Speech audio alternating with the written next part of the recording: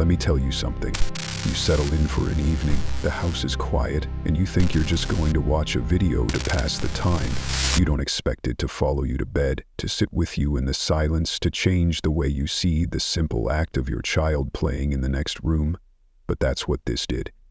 The narrator's voice came through my speakers, calm, measured, almost gentle. But his first words were a deliberate, sober warning. He said, "What follows is unsettling." He wasn't trying to be dramatic. He was being responsible. He was preparing us, the audience, safe in our homes for the fact that we were about to step out of the comfortable world of fiction and into the raw, unvarnished reality of human tragedy. Stories that have no screenwriters, no neat endings, and a terrible way of clinging to your soul long after the screen goes dark. It pulls you in with this first case, the one about the little boy, the case that it breaks something inside you. It was all framed around a simple, if sudden, road trip. A mother picks her son up from school early, telling the office there's a family emergency. It's a phrase we've all used, all heard. It's a blanket that covers a multitude of sins, and so they drove. They checked into those generic beige-painted chain motels you see off every highway exit, the kind with the flickering neon signs and the ice machines that groan in the night. They visited parks, and you can almost picture it. A boy on a swing, a mother pushing him, and from the outside, if you squinted, it might have even looked like a fun, spontaneous adventure. But the whole time something was festering just beneath that placid surface, a psychological sickness you can't see in the grainy gas station footage or on the receipt from a fast food joint. She was systematically, methodically, cutting the boy off from his anchor, keeping him from speaking to his father, from grandparents, from anyone who might ask a probing question, who might sense that the emergency was a fragile, dangerous lie.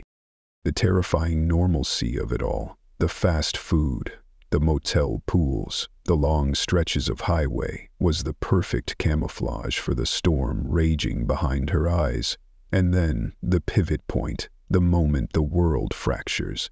One night, in a lonely, nondescript motel room that smelled of stale cigarettes and bleach, the unthinkable happens. The mother is there, alone. The boy is just gone, vanished from the face of the earth as if he were never there. All that's left is a note, a few stark words typed or scrawled that form a chilling, final promise. He is safe. You will never find him. The investigation that follows is a frantic, desperate scramble, but it's already too late. They find the mother has died by suicide, a final, tragic act that seals the mystery. There's blood in her car, a dark, confusing puzzle piece that doesn't fit any clear picture. And the boy?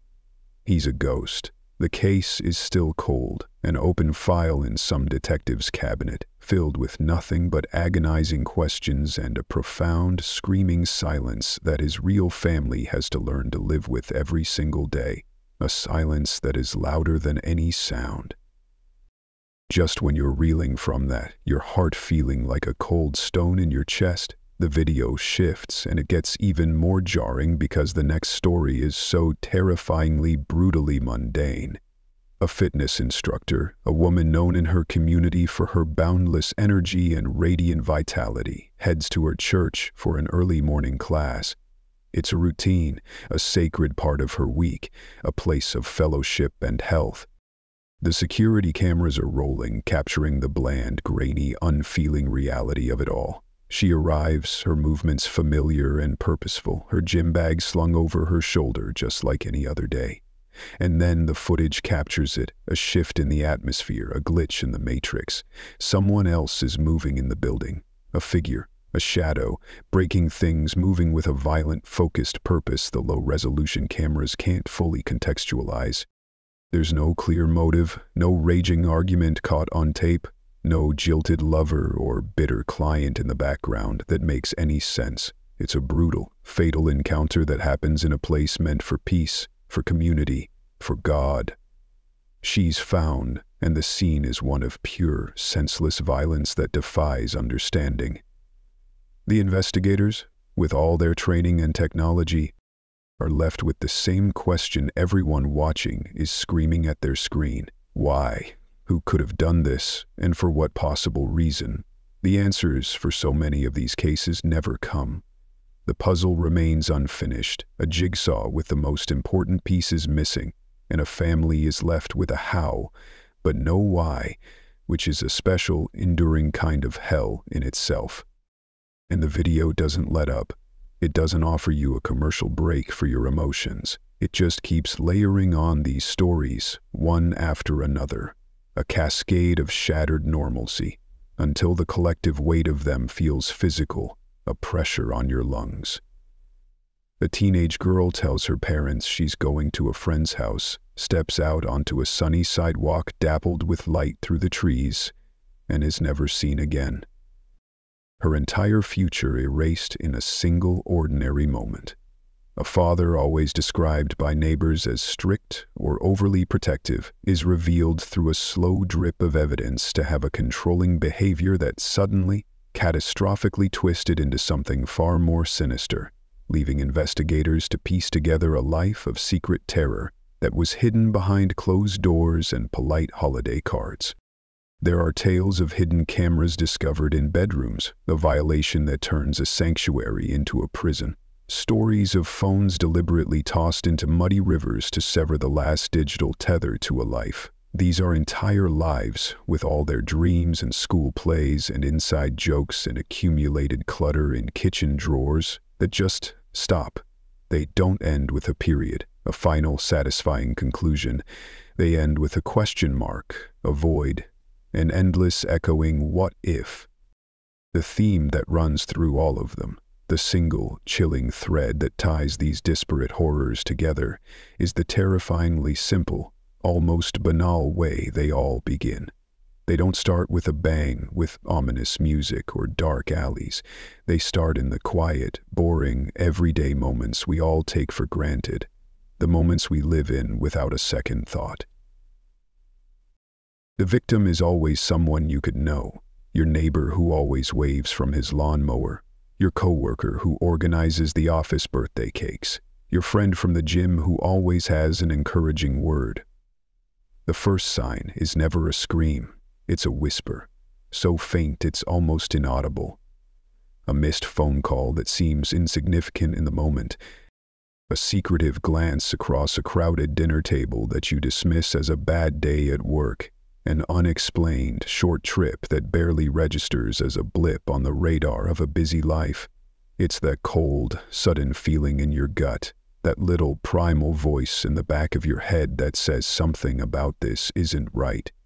A voice we, as civilized people, so often silence with logic, with reason, with the desperate human need for everything to be normal.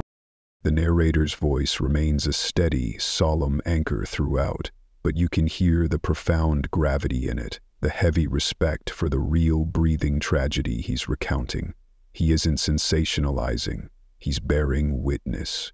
He reminds you over and over, like a somber refrain, that for so many of these families there is no closure. The cases are unsolved, frozen in time, gathering dust in cold case files, or they're resolved in a way that offers no real peace, only a different, more complex and bitter kind of pain. There is no satisfying third-act reveal where all the pieces click into place, the killer monologuing his motives.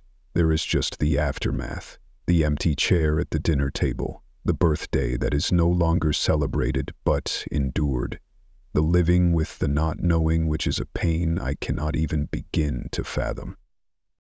By the time the video ended, the credits rolling in utter silence, I had to just sit there in the dim glow of the screen. I didn't feel scared in a jump scare check under the bed kind of way. That would have been easier. That fear has a boundary. This was different. I felt a deep, heavy, immovable sadness for the victims and the families living in that endless gray landscape of not knowing. And then, creeping in right behind that grief, was this profound distrust of the very fabric of the world around me. This chilling, cellular-level realization that the world is a beautiful, wonderful, terrifying place that hides more random, senseless horror than we ever comfortably admit, and that the ordinary, comfortable facade of our daily lives is paper-thin, capable of shattering in an instant, for reasons we may never, ever understand. The final message, the narrator's parting words, weren't to live in fear, paralyzed by the darkness, looking at every stranger as a threat. They were a plea, a solemn urging to live in a state of profound awareness, to pay attention, real attention, to the people you love, to listen to that little voice in your head when something doesn't feel right, to trust your instincts, even when they seem silly or paranoid, to look a little closer at the normal, and have the courage to question the tiny hairline cracks. Because the most terrifying, sobering truth of all, the one that sits with you in the dead of night and in the bright light of day, long after you've turned off the screen and tried to go back to your life, is that this doesn't just happen to other people in stories on a screen. It does. It happens in our world, on our streets, in our neighborhoods, to people whose lives, whose living rooms, whose school photos look just like ours. And that's a truth that's very, very hard to forget. It lingers, a permanent cold spot in the back of your mind, a quiet but persistent reminder to hold your loved ones close, to really see them, and to never ever take the blessed, beautiful, mundane for granted again.